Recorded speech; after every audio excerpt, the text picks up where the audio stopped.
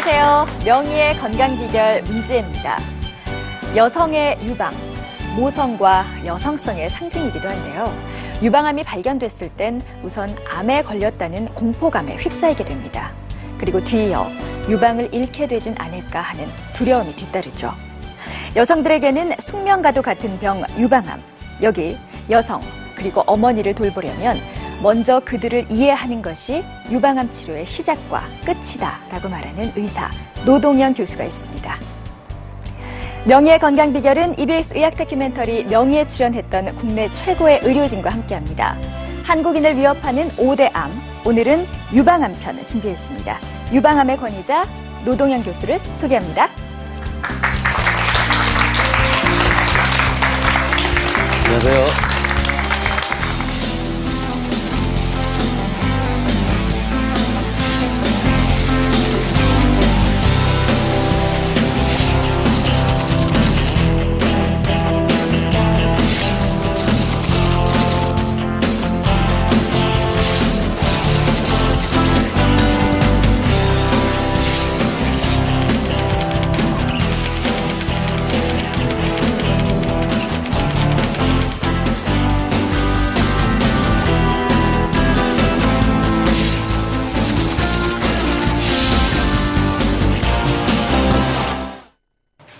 네, 노동현 교수님과 함께합니다. 나와주셔서 감사합니다. 반갑습니다. 네, 반갑습니다. 네, 한국인을 위협하는 5대 암, 그중에서 유방암 시간 마련했습니다.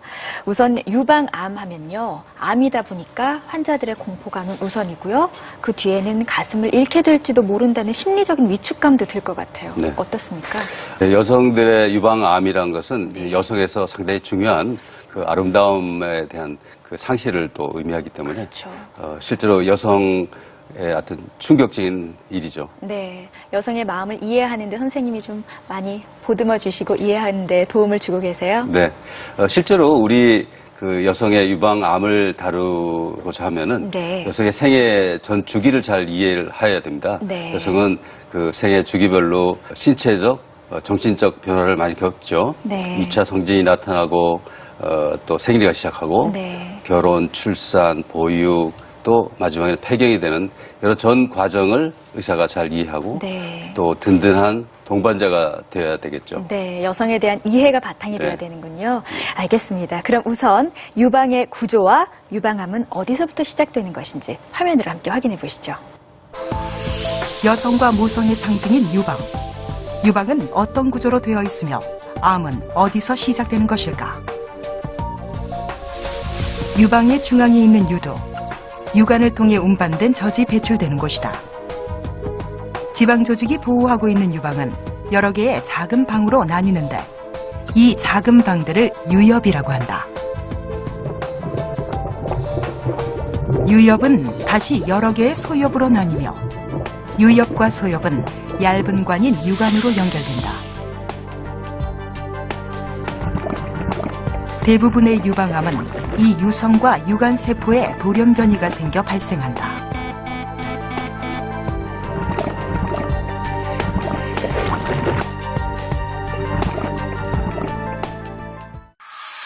네, 유방암의 구조와 발생 경로 확인하고 오셨어요.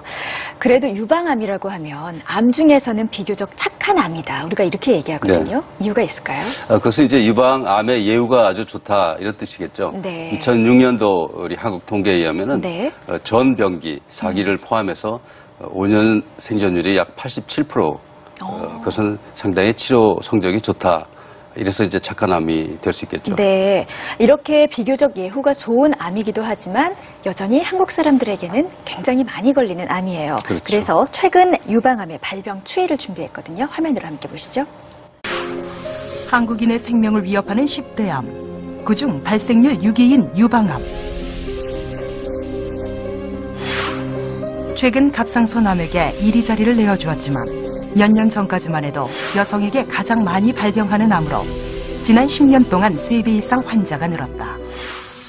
한국 여성들에게 가장 많이 발병하는 암 1위가 갑상선암, 2위가 유방암이네요. 네. 네, 10년 동안 계속 환자가 증가하고 있어요, 선생님. 네.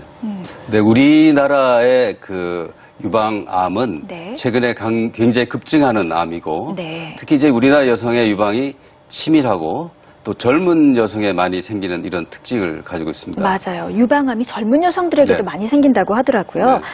한국 유방암 환자의 연령별 분포 먼저 화면으로 만나보시고 더 얘기 나눠보시죠.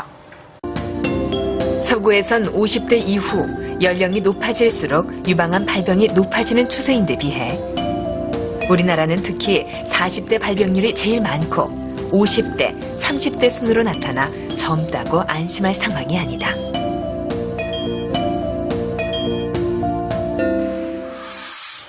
네, 발병 추이 보고 오셨습니다. 그러면 서구와 비교했을 때 젊은 여성의 발병 빈도를 차이를 설명할 수 있을까요?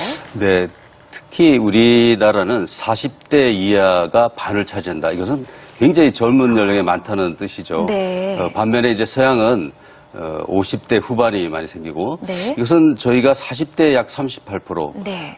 더욱 20대에서도 3%, 또 30대에서는 약 20% 정도인데 네. 이것은 매우 놀랄만한 서양과 비교해서는 젊은 연령에 많이 생긴다 이렇게 생각할 수 있습니다. 네.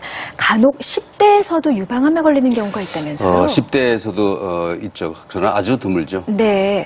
한국인에게 이렇게 유방암이 비교적 젊은 여성들에게 잘 걸리는 이유가 있겠죠? 특히 이제 아시아권에서 젊은 연령에 많이 생기는 것은 네. 최근에 경제력이 좋아진 중국 또 네.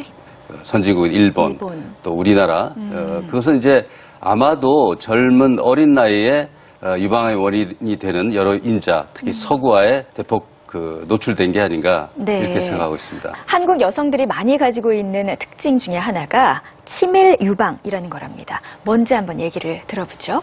사진을 준비했는데 선생님. 네. 이것이 우측에 있는 부분이 한국 여성에 많은 치밀 유방인데요. 네. 우리가 영상에서 보면은 우리가 실제로 보이는 것은 유선 조직과 주위에 이제 지방 조직이죠.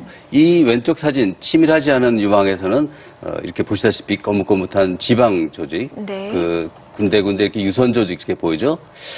그래서 이제 이것이 이제 한국 사람이 많고 우리가 이제 이런 현상은 여성들이 나이가 들어가든지 특히 서양 여성애들은 이 유선 사이에 지방이 많습니다. 그래서 네. 이렇게 치밀하지 않은 이런 모양을 나타내고 탄력을 또 좀 잃고 그런 이제 현상이 나타나는 네. 것이죠. 오른쪽 사진을 보니까 더 하얀 부분이 강하네요, 선생님. 그렇죠. 그러니까 이것이 이제 실질이 이렇게 많이 나타나는 것이죠. 네. 지방이 좀 상대적으로 적고 그러니까 유선이 많다는 것은 그만큼 유방의 발생과도 좀 상관이 있겠죠. 네. 그럼 치밀 유방이라는 게 어떤 질병의 지칭이 아니라 유방 내의 조직이 치밀하게 연결돼 있다. 이렇게 이해를 하면 되겠네요. 어떤 영상의 모양을 말하는 것이 되겠죠. 네. 그럼 이런 경우에는 뭐 엑스레이 촬영이나 유방 촬영술을 했을 때 잘 안 나오겠어요? 네, 그렇죠. 이렇게 이제 허옇게 되는 부분이 있기 때문에 네. 우리가 일반 이런 촬영으로는 나타나기 쉽지 않은 부분이 있죠. 특히 네. 이제 그 석회화랄지 네. 또 유방 음영 자체는 주위에 이제 지방과 이렇게 대비가 되면서 네. 잘 나타나는데 이런 경우에는